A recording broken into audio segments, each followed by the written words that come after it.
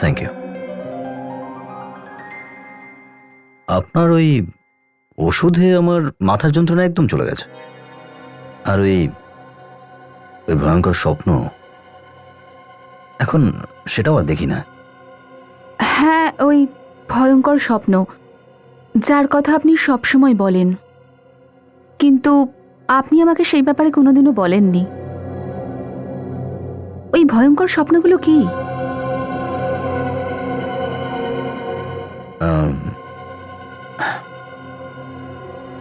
Actually দেখুন অভিজিৎ, আমার উপর ভরসা রাখুন, আমাকে বলুন, না হলে আমি আপনার চিকিৎসা কিভাবে করব? আসলে এই কথাটা আমি কাউকে বলতে পারিনি। আমি আমি আমি স্বপ্নে নিজেকে নিজে দেখি। আমি দেখতে পাই যে আমি কাউকে খুন করছি।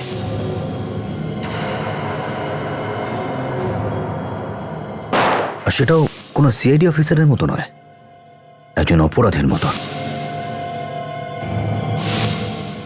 তুমি তো জানো যে আমি পুরনো কথা মনে রাখতে পারি না। 13 বছর আগের যে কথাটাই আমার মনে পড়ে, তাতে আমি নিজেকে খুনির বেশে দেখি। একজন সিআইডি অফিসার যে আগে একজন অপরাধী ছিল। ওকে, তাহলে এই ব্যাপার।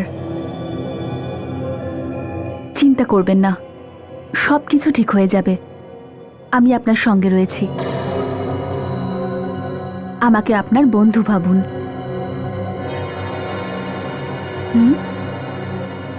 বন্ধু?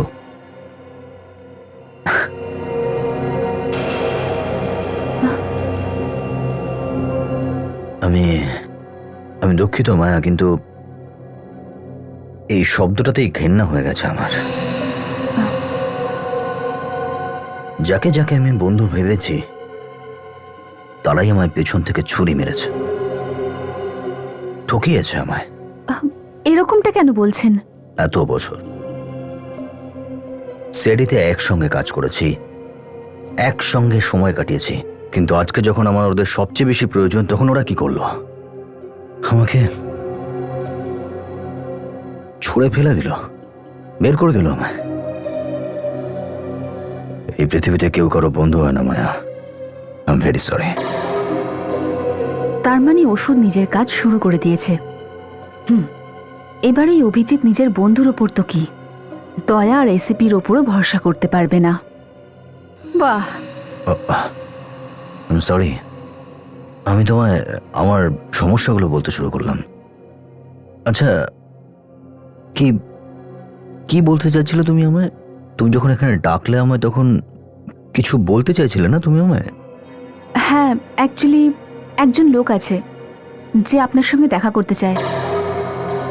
আর এইসব শোনার পরে আমারও মনে হয় যে আপনারও ওর সঙ্গে দেখা করা উচিত। কে কে সেই ব্যক্তি? আছে একজন যে এই সময় আপনার সাহায্য করতে পারে।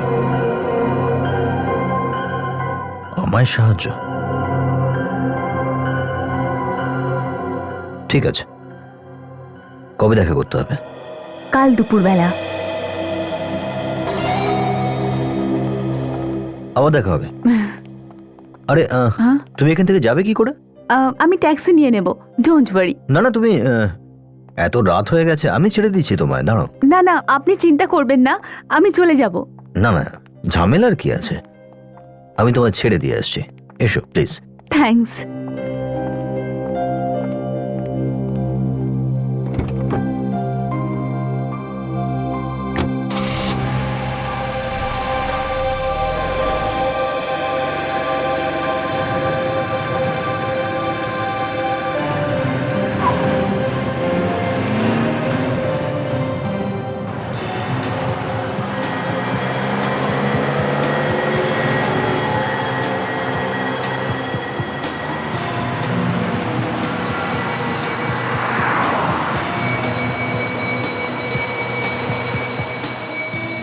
আপনার কোনো ধারণাও নেই অভিজিৎ যে এই ওষুধগুলো আপনার ওপর কি প্রভাব ফেলবে। যদি সবকিছু আমাদের প্ল্যান মাফিক হয় তাহলে আপনি নিজের হাতেই সিআইডিকে বরবাদ করে দেবেন।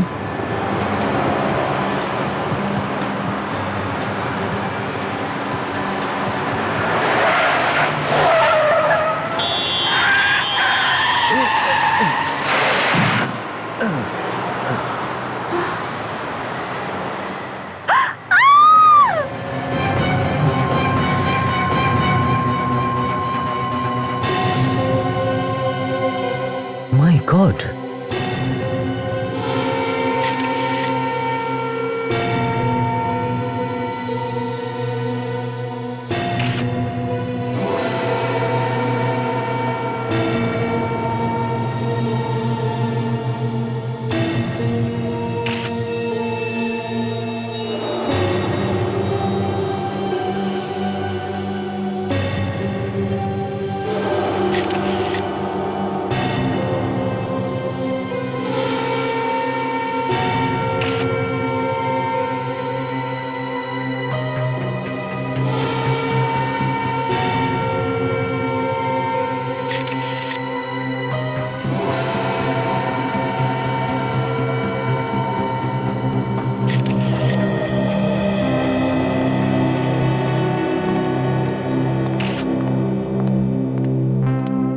স্যার, বডিটা এখনো গরম আছে, মনে হচ্ছে একটু আগেই মারা গেছে। আর ওর গলাতে দড়ির দাগ আছে, মনে হচ্ছে শ্বাসরোধ করে মারা হয়েছে। আর ওর কাছে এমন কোনো জিনিস পাওয়াও যায়নি যেটা দিয়ে এর পরিচয় জানা যেতে পারে। আচ্ছা অভিজিৎ, তুমি তো একে চিনতে না, না? আমি তো আপনাকে আগেই বললাম স্যার যে আমি ওকে প্রথমবার দেখলাম। প্রথমবার দেখলো অভিজিৎ, সেটা ওর লাশকে, তাই তো?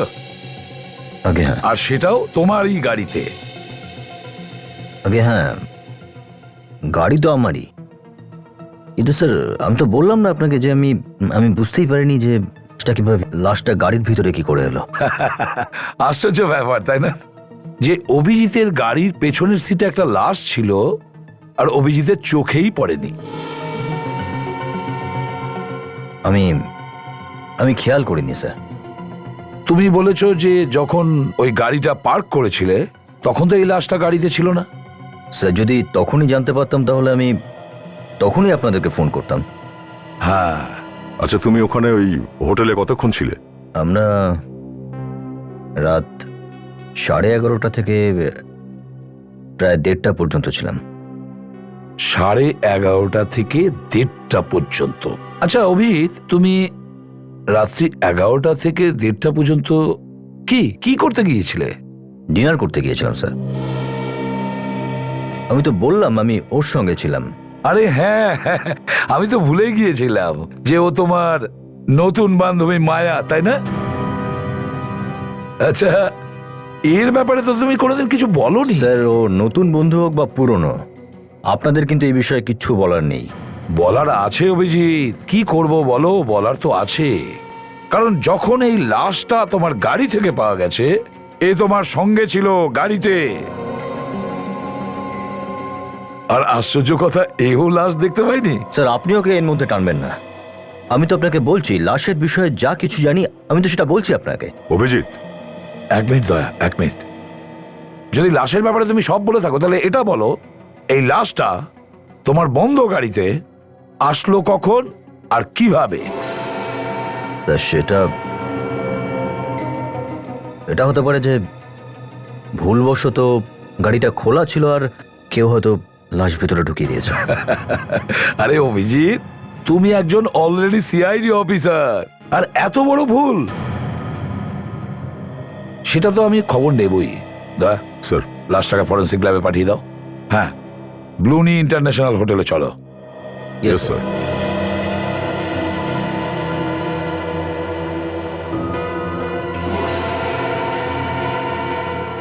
চলো দয়া।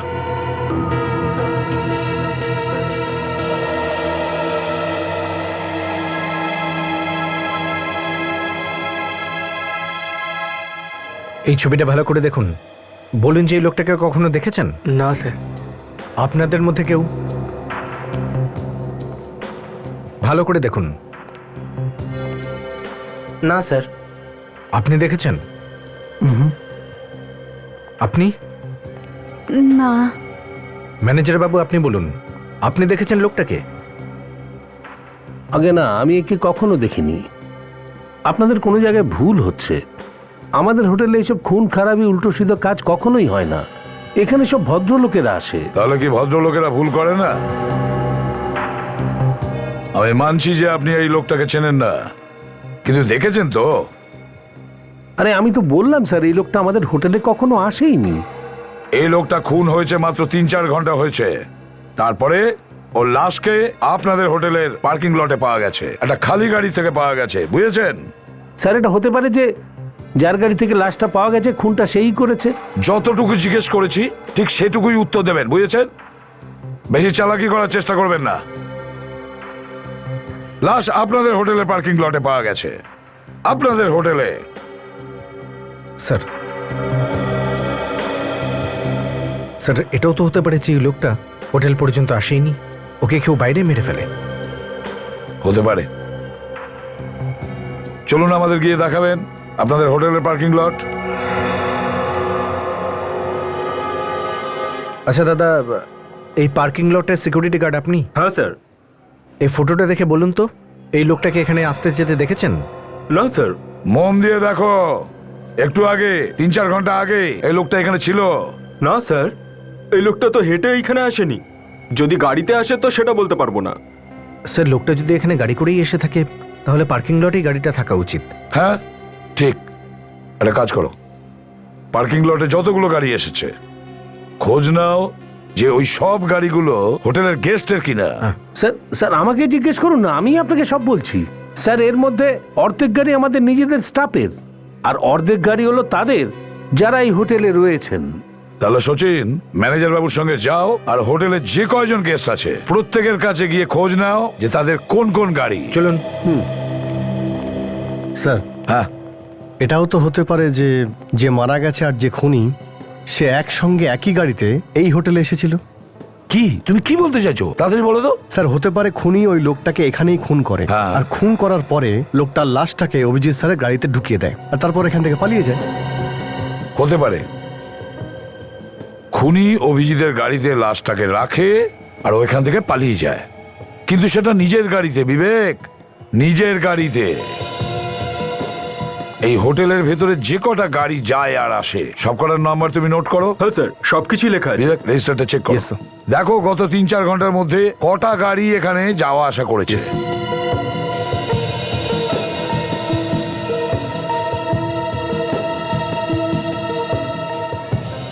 স্যার, হ্যাঁ সচিন। স্যার, পার্কিং লটে যতগুলো গাড়ি আছে সব ব্যাপারে খোঁজ নিয়েছি। এমন কোনো গাড়ি নেই যেটা বেওয়ারিশ। কোনো গাড়ি বেওয়ারিশ নয়। স্যার, হ্যাঁ, স্যার এইখানটায় খুব অদ্ভুত লাগছে।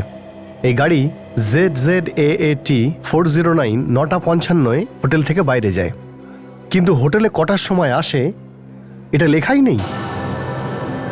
এদিকে এসো। গাড়িটা বাইরে যাওয়ার টাইম লেখা আছে কিন্তু ভেতরে আসারটা নেই কেন? এটার থেকে মনে হয় যে তুমি ডিউটিতে ছিলে না। না না স্যার, এটা হতে পারে না। তাহলে এটা কিভাবে হলো? যখন থেকে আমি ডিউটিতে এসেছি তখন থেকে 1 মিনিটের জন্য আমি কোথাও যাইনি স্যার, দিব্যি খেয়ে বলছি। স্যার হ্যাঁ, শুধু তাই নয়, ওই গাড়িটাই আবার ZZAT409 আরেকবার স্যার হোটেলে এসেছিল 12:10 আর 1:05 হোটেল থেকে বেরিয়ে যায়। স্যার এক মিনিট, ZZ8K M527 গাড়িটা 8:25 পার্কিং লটে আসে, কিন্তু স্যার এই গাড়িটা পার্কিং লট থেকে বেরোয়নি, আর এই গাড়িটা তো পার্কিং লটেই নেই স্যার। এটাই তো আশ্চর্য কথা। একটা গাড়ি ZZAT409 পার্কিং লটে একবার ভেতরে আসে, কিন্তু দুবার বাইরে যায়, দুবার।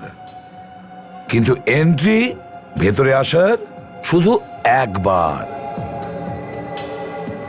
আর দ্বিতীয় গাড়ি ZZAK M527 এই গাড়ি একবার ভেতরে আসে, কিন্তু বাইরেই যায় না, উধাও। কিভাবে?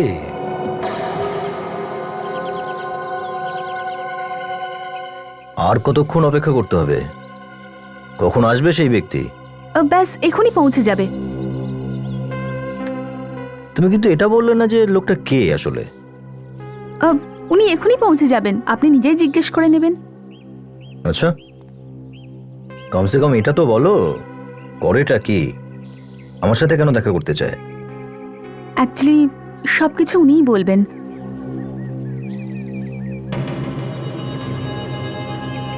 কি হলো? ওই সেই মাথা ব্যথা। এমনি তো মাথাটা পুরো খারাপ করে রেখেছে, একে একদম চুপ করিয়ে দিই। এই এই ব্যথা সহ্য করতে পারছি না আমি।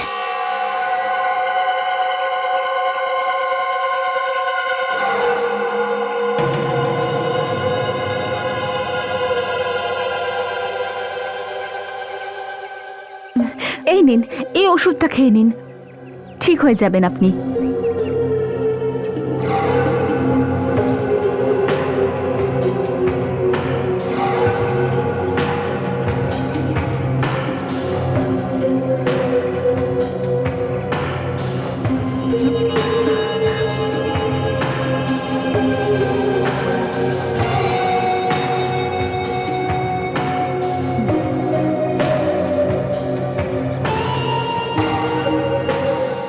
হ্যালো অভিজিৎ। হ্যালো, কে আপনি?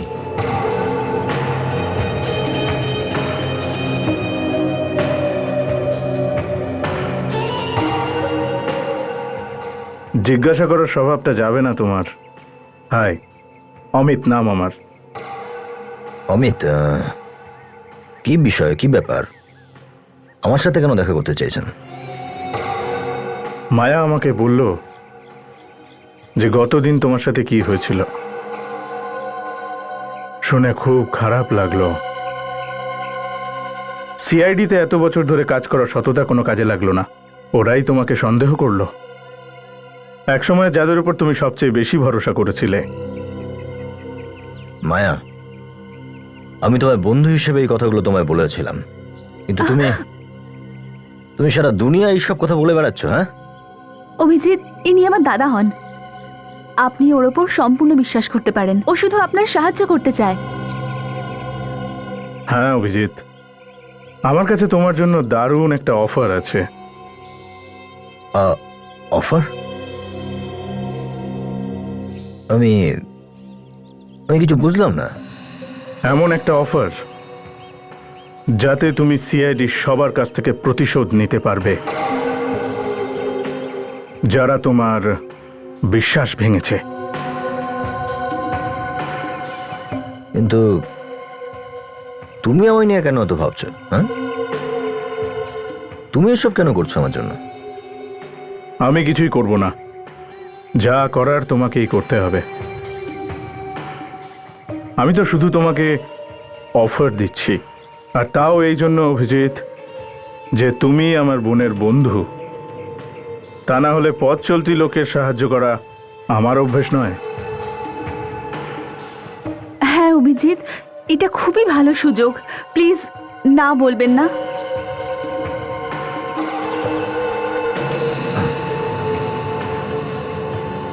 ঠিক আছে, কিন্তু এত এত বড় ডিসিশন আমি চিন্তা ভাবনা করতে একটু সময় চাই। আমি এই সিদ্ধান্ত এখনই নিতে পারবো না। দেখো অভিজিৎ, আমার কাছে ফালতু সময় নেই। তোমার কাছে শুধু আজকের দিনটা আছে, যতটা ভাববার ভালো করে ভেবে নাও। ও মাই গড, অ্যাকচুয়ালি আমার মাথা ব্যথা বেড়ে চলেছে। আমি একটু বিশ্রাম নিতে চাই। আমি এখন যাচ্ছি। অভিজিৎ, এখানে পাশেই একটা জায়গা আছে, আপনি ওখানে আরাম করতে পারেন। চলুন, আমি আপনাকে নিয়ে যাচ্ছি। আমি তোমাকে বলেছিলাম না অভিজিতের উপরে নজর রাখার জন্য? হ্যাঁ, ওর কোনো কিছু দরকার পড়লে আমায় খবর দেবে, বলেছিলাম কিনা? অভিজিতের ব্যাপারে কিছু জানতে পারলে সঙ্গে সঙ্গে আমায় ফোন করবে। হ্যাঁ হ্যাঁ, আমি জানি ও ঠিকই আছে, কিন্তু আজকাল ও খুব ডিস্টার্বড আছে, বুঝতে পারছি না কি করে বসবে। আমি তোমায় পরে ফোন করছি। কি হয়েছে, কি জানতে পেরেছো? না স্যার, নিরুদ্দেশ লোকের লিস্টে নাম পাইনি। স্যার, আমি পুলিশ স্টেশন থেকে খোঁজ নিয়েছি। এই 24 ঘন্টার মধ্যে কারোর নিখোঁজ হওয়ার কোনো খবর নেই স্যার। ও, আর স্যার আমাদের এখানে যে সমস্ত ক্রিমিনালদের রেকর্ড রয়েছে তাদের সঙ্গে হাতের ছাপ মিলিয়ে দেখেছি স্যার, কারোর সঙ্গে মিল নেই স্যার। কারোর সঙ্গে মিল নেই, কিন্তু এই লোকটা কে? স্যার, হ্যাঁ, আরটিও থেকে আসছি স্যার। দুটো গাড়িরই রেজিস্ট্রেশন নাম্বার সম্বন্ধে জানতে পেরেছি। যেই গাড়িটা হোটেলে একবার ভেতরে এসেছিল অথচ দুবার বাইরে গেছিল, সেটার নাম্বার প্লেটটাই নকল ছিল স্যার। সেরকম কোনো রেজিস্ট্রেশনই নেই। নকল নাম্বার প্লেট? আর দ্বিতীয় গাড়িটা, যেটা ভেতরে আসার পরে বাইরেই যায়নি? দ্বিতীয় গাড়িটা একটা কার রেন্টাল কোম্পানির গাড়ি স্যার, A2Z এজেন্সি। তারা ভাড়ায় গাড়ি দেয়। ভাড়ায় দেওয়া হয় যে গাড়ি, A2Z কার রেন্টাল এজেন্সি, ZZ8K527 নাম্বারের গাড়ি। কেউ আপনার কাছ থেকে ভাড়া নিয়েছিল? হ্যাঁ স্যার, ভাড়া তো দেওয়াই হয়েছিল, কিন্তু কারটা ফেরত এসে গেছে তো। ফেরত এসে গেছে? কখন? স্যার, আজকে সকালেই। কে কে নিয়ে এসেছিল ওই গাড়িটা ফেরত? স্যার জানি না, যখন সকালে এখানে আসলাম গাড়িটা আগে থেকেই এখানে ছিল, আর এই চাবিটাও ওর ভিতরে লাগানো ছিল। এটা কি করে হতে পারে? কাউকে কিছু না বলে গাড়িটা কিভাবে এখান থেকে নিয়ে যায়? হতে পারে আপনাদের ড্রাইভার এখানে ছেড়ে দিয়ে গেছে। না স্যার, এই গাড়িটার সঙ্গে কোনো ড্রাইভার ছিল না, আর এটা আমাদের কোনো রেগুলার কাস্টমারই চেয়ে পাঠিয়েছিলেন। Regular customer? কে তিনি রেগুলার কাস্টমার? এক সেকেন্ড স্যার, আমি চেক করে বলছি। তাড়াতাড়ি।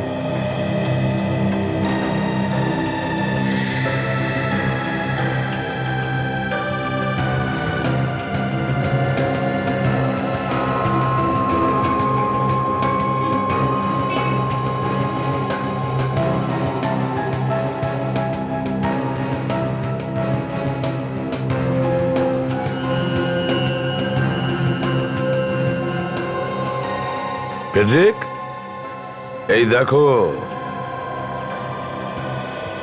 এটা তো আঠার মতন মনে হচ্ছে। মনে হচ্ছে কেউ আসল নাম্বার প্লেটের ওপর নকল নাম্বার প্লেট লাগিয়েছে। এটা সেই গাড়িটাই স্যার, যেটা একবার ভেতরে গেছিল অথচ দুবার বাইরে এসেছিল। এই গাড়িটা প্রথমে আসল নাম্বার প্লেট নিয়ে হোটেলে আসে, আর সেখানে আসল নাম্বার প্লেটের ওপর নকল নাম্বার প্লেট লাগানো হয়। তারপর ওই গাড়িটা বাইরে যায়, ভেতরে আসে, দ্বিতীয়বার বাইরে যায় নকল নাম্বার প্লেট লাগিয়ে। স্যার, হ্যাঁ স্যার, এই কারটা একটা হোটেল থেকে চেয়ে পাঠিয়েছিল, হোটেল ব্লুনি ইন্টারন্যাশনাল। দেখুন এখানে। Hotel Blooney international? হ্যাঁ দেখুন। ওটা তো সেই হোটেল ব্লুনি ইন্টারন্যাশনাল যেখানে অভিজিতের গাড়ি থেকে লাশ পাওয়া যায়। Yes sir. কে বুকিং করেছিল এই গাড়িটা? স্যার জানি না, এখানে নাম ধাম তো কিছুই লেখা ছিল না, কিন্তু স্যার ব্লুনি ইন্টারন্যাশনাল থেকে এতবার গাড়ি চেয়ে পাঠায় যে আমরা বুকিংটা ফোনেই করিনি, কোনো নামধাম জানতে চাওয়া হয় না। ফেডরিক,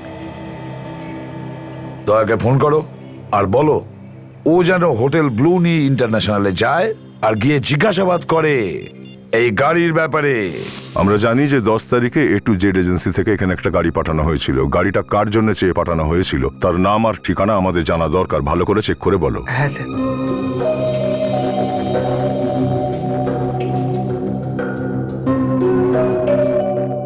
দশ তারিখে না স্যার, স্যার 10 তারিখে তো কোনো গাড়িকে ডাকা হয়নি স্যার। এই দেখুন, শেষ বুকিংটা 8 তারিখে ছিল, আর 302 নম্বরে যে গেস্ট আছেন ওনার জন্য গাড়িটা ডাকা হয়। গাড়িটা কি তুমি দেখেছিলে? না, 10 তারিখে তো আমি এখানে ছিলামই না। শোনো মিস্টার, 10 তারিখে এখান থেকে কেউ একজন ফোন করেছিল আর A to Z কোম্পানি থেকে গাড়ি চেয়ে পাঠিয়েছিল।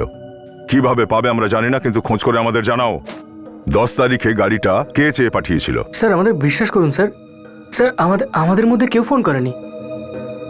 স্যার এমনটাও তো হতে পারে যে ফোনটা এখান থেকে করাই হয়নি, আর যে ফোন করেছিল সে খুব ভালো করে জানতো যে হোটেলের নাম করলে খুব সহজেই গাড়ি পাওয়া যাবে।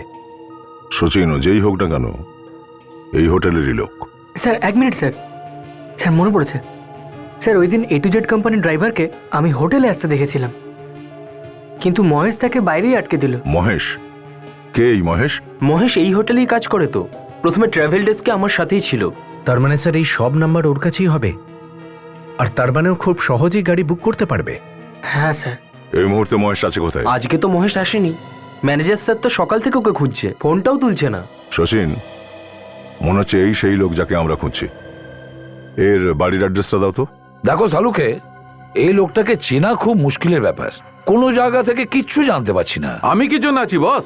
আমি সাহায্য করব না? সেটা কিভাবে? 1 মিনিট,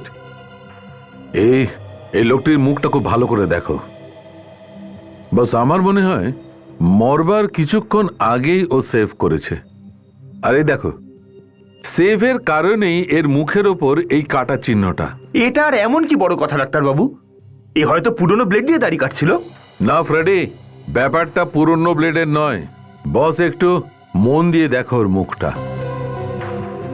দাড়ির নিচের স্কিনটা মুখের অন্য জায়গার স্কিনের থেকে বেশি ফর্সা। তাহলে অনেকদিন পরে দাড়ি কামিয়েছে। আর একটা কথা, একটু এদিকটা তাকাও, এর নাকের ওপর এই দুটো দাগ। সালুকে, এটা তো চশমা পরার জন্য এই ছাপ পড়েছে। এক্স্যাক্টলি, সব সময় চশমা পরার কারণে মানুষের নাকের ওপর এইরকম দাগ পড়ে। এইরকম, এই দেখো, এর নাকের ওপরও এইরকম দাগ আছে। আর শুধু তাই নয়, এর চোখে কোনো প্রবলেম আছে? হ্যাঁ স্যার, এর চোখের থেকে আমরা এরকম একটা কেমিক্যাল পেয়েছি যেটা কন্ট্যাক্ট লেন্সেস খোলার আর পড়ার সময় ব্যবহার করা হয়। ও, আর একটা কথা বস, এই লোকটির গালের ওপর থেকে খুব চটচটে আঠালো জিনিস পেয়েছি। দেখো এখনো লেগে আছে। হ্যাঁ সালুকে, আঠা তো আছে। এ ওর নিজের দাড়ি কামিয়ে নকল দাড়ি সেট করেছে, চশমা খুলে কন্টাক্ট লেন্স লাগিয়েছে। কেন? কি প্রয়োজন পড়েছিল ওর নিজেকে ছদ্মবেশে রাখা?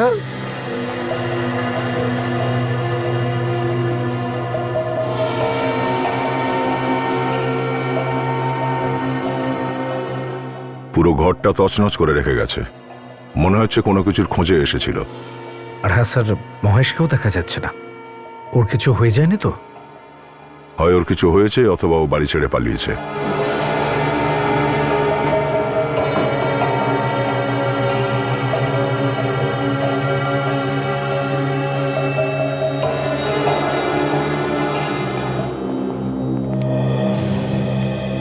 এখন আপনারা মন দিয়ে দেখুন ফটোগুলোকে, মন দিয়ে দেখুন, আর বলুন যে এর মধ্যে কেউ এখানে আপনাদের হোটেলে স্টে করেছিল কি?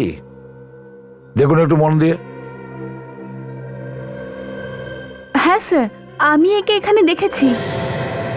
হ্যাঁ স্যার, আমিও দেখেছি। দেখেছো? তাহলে তাড়াতাড়ি বলো, কোন রুমে ছিল? স্যার আমার মনে হয় না উনি এখানে হোটেলে কোনো রুমে থেকেছিলেন। আমি ওনাকে লবিতে ঘুরতে দেখেছি। তুমি ঠিক জোর দিয়ে বলতে পারো? হ্যাঁ স্যার, কারণ উনি এখানে এসে কোনো রুম বুক করেননি। কি আর কিছু মনে পড়ছে এর ব্যাপারে? উনি রিসেপশন থেকে একটা ফোন করেছিলেন। কাকে কাকে ফোন করেছিল? আই থিঙ্ক উনি আকাশ এয়ারলাইন্সে ফোন করেছিলেন। কি কথা বলছিল, তুমি কিছু শুনতে পেয়েছো? স্যার উনি জিজ্ঞেস করছিলেন যে 4:30 দিল্লির ফ্লাইটটা ঠিক টাইমে আছে কিনা। ও, দিল্লির 4:30 ফ্লাইট আছে কি না আকাশ এয়ারলাইন্স?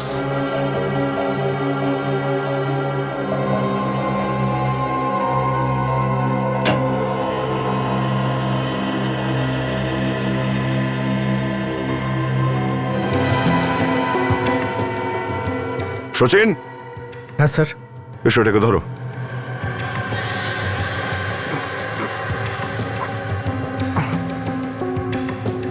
এ তো আর বেঁচে নেই স্যার।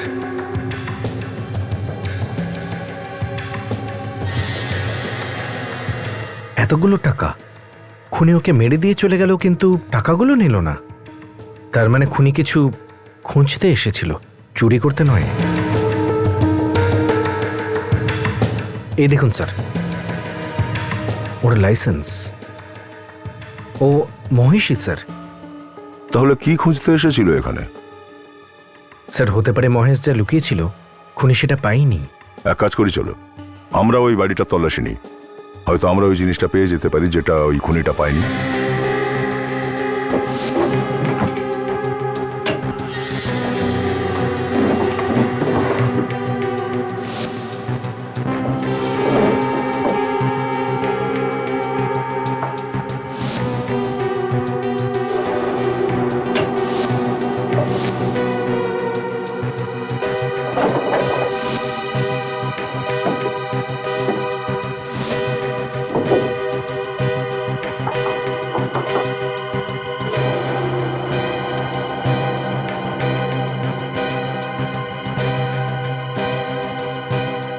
স্যার ঘরে কিচ্ছু পাওয়া যায়নি।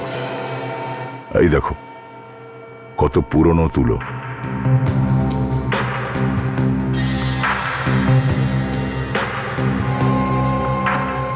এই দেখুন স্যার, গদির এই পার্টটা আলাদা মনে হচ্ছে না? হুম,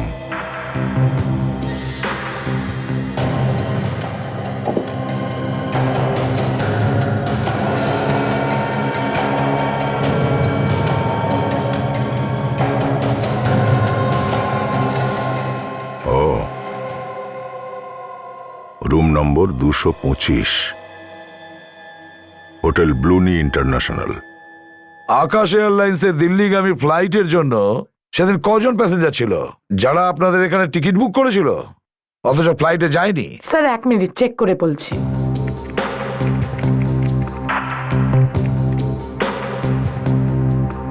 স্যার 7 জন প্যাসেঞ্জার এমন ছিল যাদের সিট কনফার্ম ছিল কিন্তু আসেনি। তাহলে কি ওই 7 জন প্যাসেঞ্জার তাদের টাকা ফেরত নিয়ে গিয়েছিল?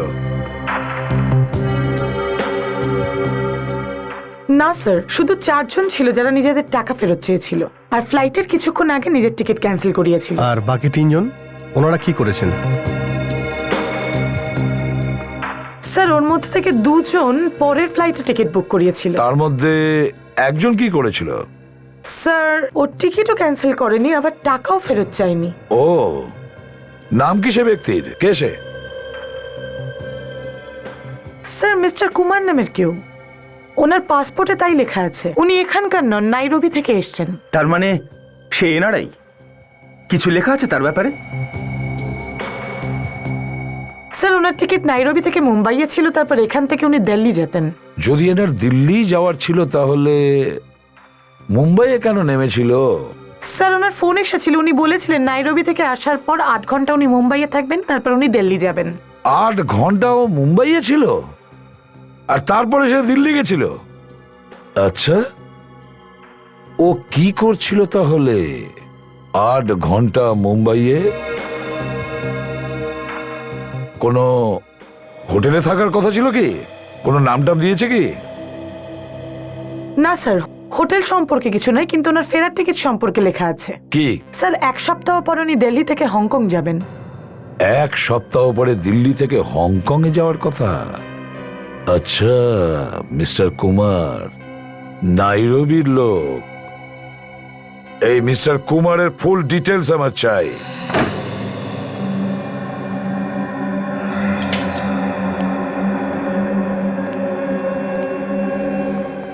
স্যার এই চাবিটা মহেশের বাড়ি থেকে পাওয়া গেছে, নিশ্চয়ই কোনো গন্ডগোল আছে। দেখতে হবে কি জিনিস আছে এই ঘরটাতে যার জন্য মহেশ নিজের জীবন পর্যন্ত দিয়ে দিল।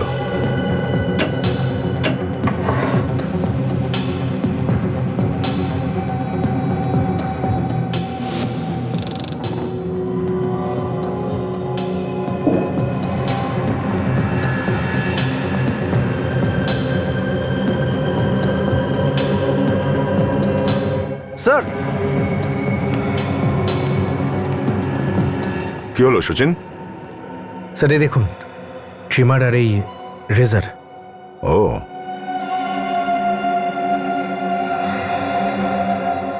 তাহলে এখানে কেউ তো ছিলই যে সেভিংও করেছে আর এই ট্রিমারটাও ব্যবহার করেছে। আপনারা যে বলছিলেন যে এখানে এই রুমটা কাউকে দেওয়া হয় না, হ্যাঁ, এগুলো কি ঠিক করে বলুন, কে ছিল এখানে? স্যার আমার বিশ্বাস করুন, আমি আপনাদের কাছে কেন লুকোবো? এই রুমটা রিজার্ভড। এই রুমটা আমরা না জিজ্ঞাসা করে কাউকে কখনো দিই না, আর না দিতে পারি। যতক্ষণ আমরা ম্যানেজার বা মালিককে জিজ্ঞাসা করছি ততক্ষণ আমরা এটা কাউকে দিই না। আপনাদের ম্যানেজারকে ডাকুন তো একটু। স্যার উনি একটু জরুরি কাজে বাইরে গিয়েছেন, কালকেই চলে আসবেন, আর ওনার ফোনও বন্ধ রয়েছে। ও, বোধহয় এই ম্যানেজার আর মহেশ দুজনে একই ডালের পাখি। আচ্ছা, মহেশ কি জানতো যে রুমটা রিজার্ভড আর সবসময় বন্ধ থাকে? হ্যাঁ স্যার, কিন্তু এটা তো হোটেলে সবাই জানে। আর এই হোটেলের মালিক মিস্টার সম্রাট, উনি কোথায়? ওনার সঙ্গে কথা বলতে পারি? স্যার সম্রাট স্যার তো পানভেলে আছেন। কাল রাত ওনার একমাত্র ছেলে ব্লুমির ওপর হামলা হয়েছে, উনি হসপিটালে রয়েছেন, আর ওনার অবস্থাও খুব খারাপ, উনি আইসিইউতে রয়েছেন। ওর উপরেও হামলা হয়েছে? কিভাবে?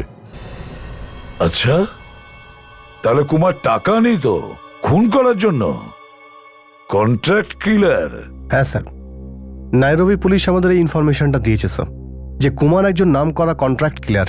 ও কখনোই কোনো জায়গাতেই কোনো প্রমাণ রেখে যায় না, এই জন্য কে আজ অবধি গ্রেপ্তার করা যায়নি স্যার। স্যার, নাইরোবির একটা কন্ট্রাক্ট কিলার মুম্বাইতে কি করতে এসেছিল, আর তাও মাত্র 8 ঘন্টার জন্য? কাউকে মারার জন্য এসেছিল, বুঝলে ফেডরিক? ভাগ্য খারাপ, তাই ও নিজেই মরল।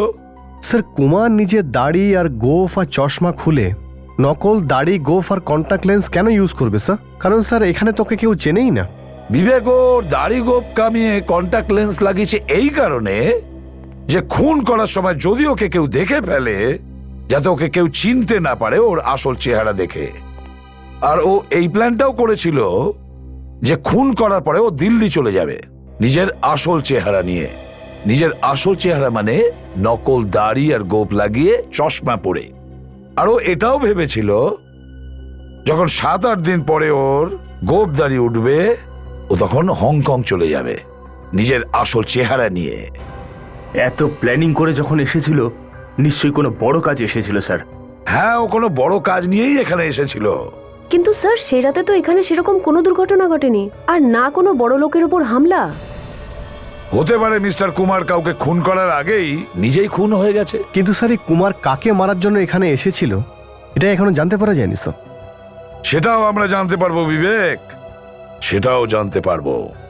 স্যার ঘুরিয়ে ফিরিয়ে আমরা সেই একই জায়গায় চলে এসেছি। না কাজল, এই ব্যাপার থেকে একটা ব্যাপার জানতে পেরেছি। কি জানতে পেরেছো? এটাই যে ওই রাতে একজন বড় লোকের ওপর হামলা তো হয়েছিল, কিন্তু মুম্বাইতে না, মুম্বাই থেকে কিছুটা দূরে পানভেলে। পানভেলে? কার ওপরে হামলা হয়েছিল? ব্লুনির ওপরে। ও হোটেল ব্লুনি ইন্টারন্যাশনালের মালিক সম্রাটের ছেলে। Hotel Blooney international? হ্যাঁ স্যার, আরও মারা যায়নি, আইসিইউতে অ্যাডমিটেড, কিন্তু ওর অবস্থা খুব খারাপ। পানভেল ইন্টারন্যাশনাল এয়ারপোর্ট থেকে 1 ঘন্টার দূরত্ব। ওই কুমারের প্ল্যান ছিল যে খুন করে সোজা এয়ারপোর্ট চলে যায়। কিন্তু ব্লুনি ইন্টারন্যাশনালে ও কি করছিল? পানভেলেই বা কি করছিল? এই সব কিছু হোটেল ব্লুনি ইন্টারন্যাশনালেই কেন জড়িয়ে রয়েছে? হসপিটালে যেতে হবে। ডক্টর, আমার ছেলের এখনো জ্ঞান ফিরে এলো না। আপনারা কি করছেন ডক্টর? মিস্টার সম্রাট, আমরা আমাদের তরফ থেকে সম্পূর্ণ চেষ্টা করছি, কিন্তু আমরা কোনো রেসপন্স পাচ্ছি না। ব্লুনি আমার একমাত্র ছেলে, প্লিজ যে কোনো মূল্যে বাঁচান ওকে। দেখুন মিস্টার সম্রাট, আমাদের পক্ষে যা যা করা সম্ভব আমরা সব করছি। কিপ পেশেন্স, আপনি ধৈর্য ধরুন, সব ঠিক হয়ে যাবে। ওকে, কিপ পেশেন্স।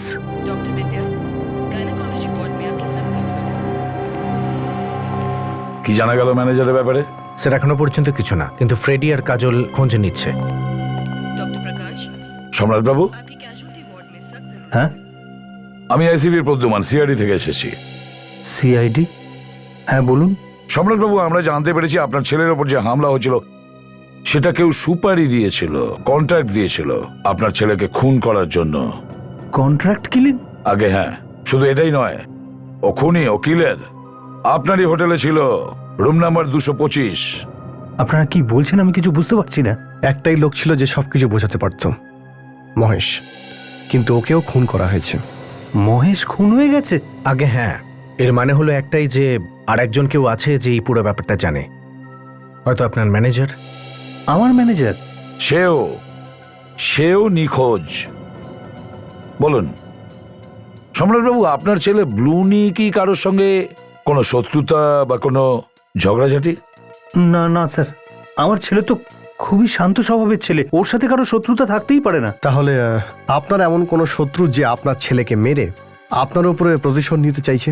দেখুন স্যার, আমি একজন বিজনেসম্যান, আমার অনেক বিজনেস রাইভাল আছে, কিন্তু এরকম ধরনের নিচু কাজ কেউই করতে পারে না, কেউই না স্যার। আচ্ছা, ব্লুনি পানভেল কেন গিয়েছিল কিছু জানেন আপনি?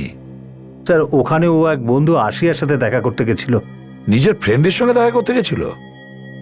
মিস্টার সম্রাট, আপনার ছেলের অবস্থা আরো খারাপ, শিগগির চলুন আপনি। ব্লুনি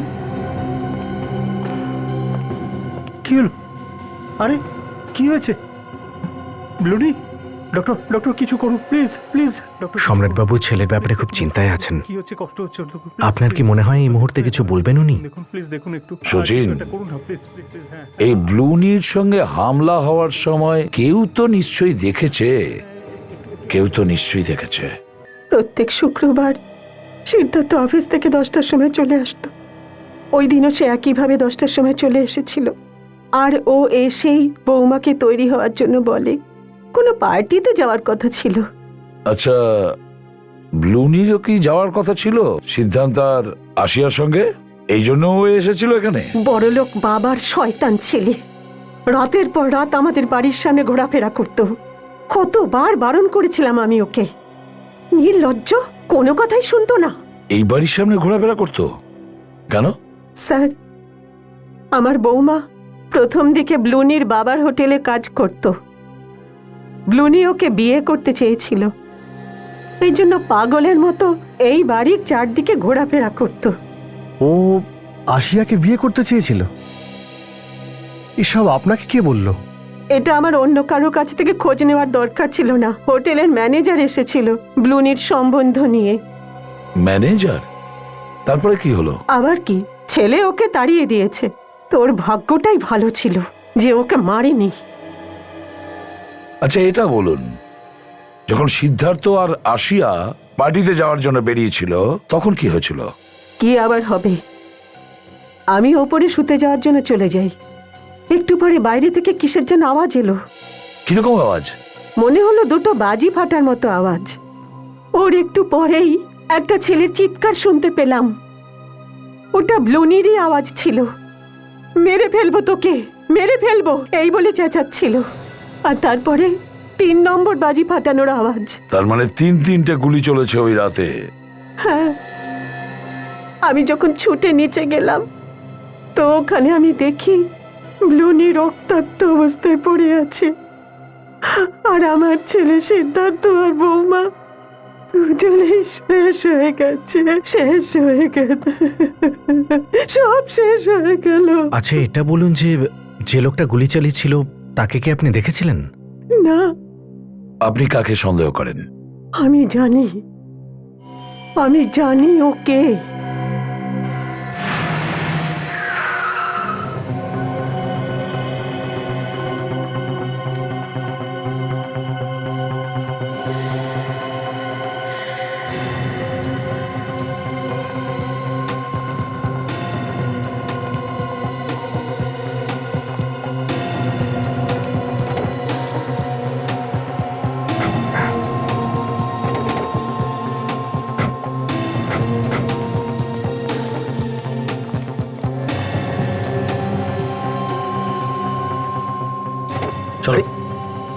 চলো বাইরে বেরো।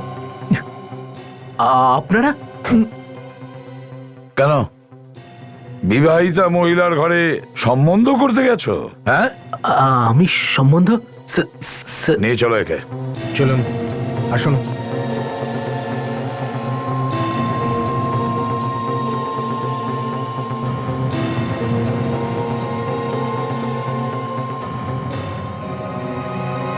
তুমি কি মনে করেছো তুমি বেঁচে যাবে? যা পাপ করবে তার ফল তুমি পাবে। পাপ কখনো বাপকেও ছাড়ে না। মিস্টার সম্রাট, কোটি টাকার হোটেল বিজনেসে তুমি মালিক, আর এরকম নিজ মানসিকতা কেন করেছো তুমি?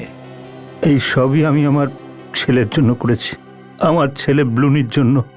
ও আজ পর্যন্ত যা চেয়েছে ওই সমস্ত জিনিস আমি ওকে এনে দিয়েছি।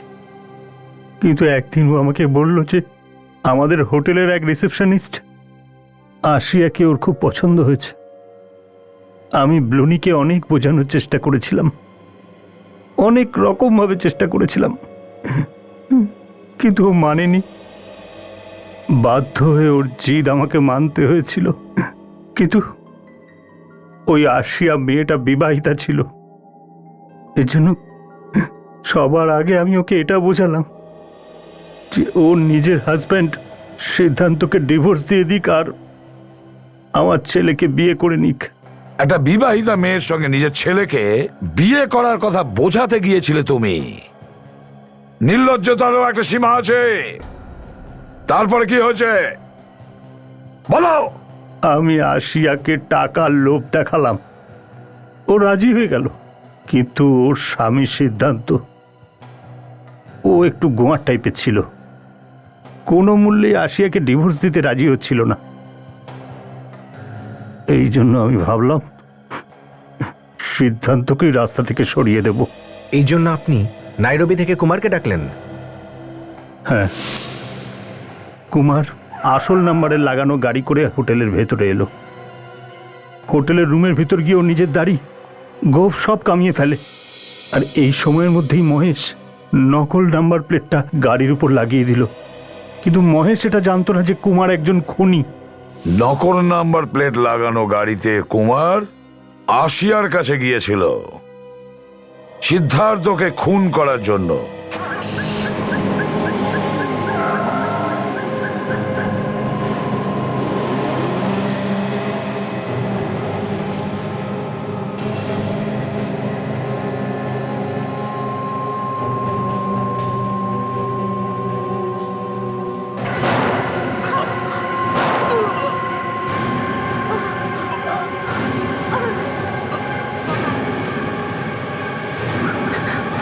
কি হয়েছে? কি হয়েছে? হ্যাঁ,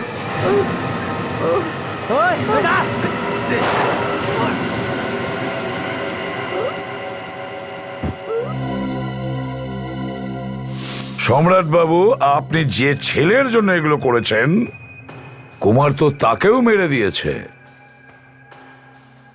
তারপরে আপনি কি করেছেন? আমি কুমারকে ওর ভুলের শাস্তি দিয়েছিলাম।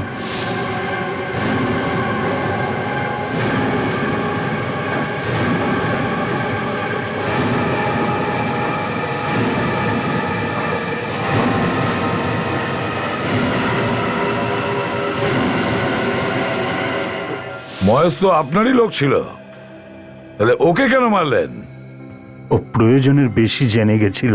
নিজের ছেলের প্রতি ভালোবাসায় অন্ধ হয়ে গিয়ে আপনি তিনটে খুন করেছেন। তার বদলে আপনি কি পেয়েছেন? হারিয়ে ফেললেন তো আপনার ছেলেকে। ফাঁসির থেকেও বড় শাস্তি হবে আপনার। এবার সারা জীবন জেলে বসে পচতে থাকবেন ওই ছেলের স্মৃতি নিয়ে।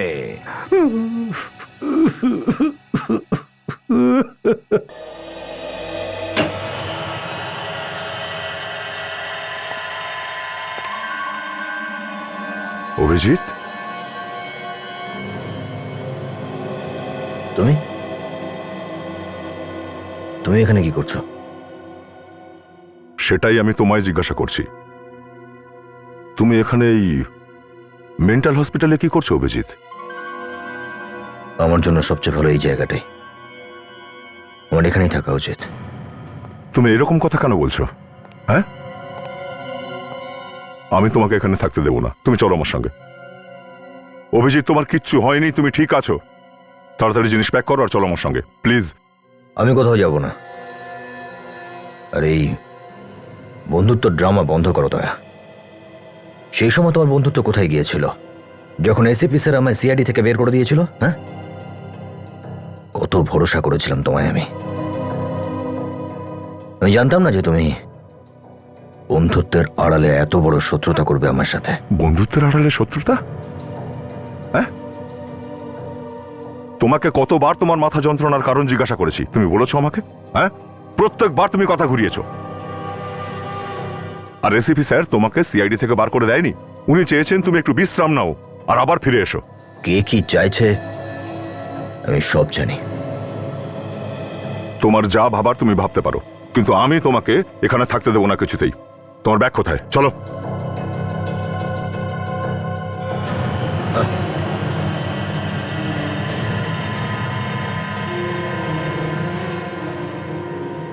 আমার পার্সোনাল লাইফে ইন্টারফেয়ার করা বন্ধ করো দয়া। নিজের চরকায় তেল দাও, বুঝলে? বেরিয়ে যাও এখান থেকে। অভিজিৎ, আমি বললাম না, চুপচাপ বেরিয়ে যাও এখান থেকে।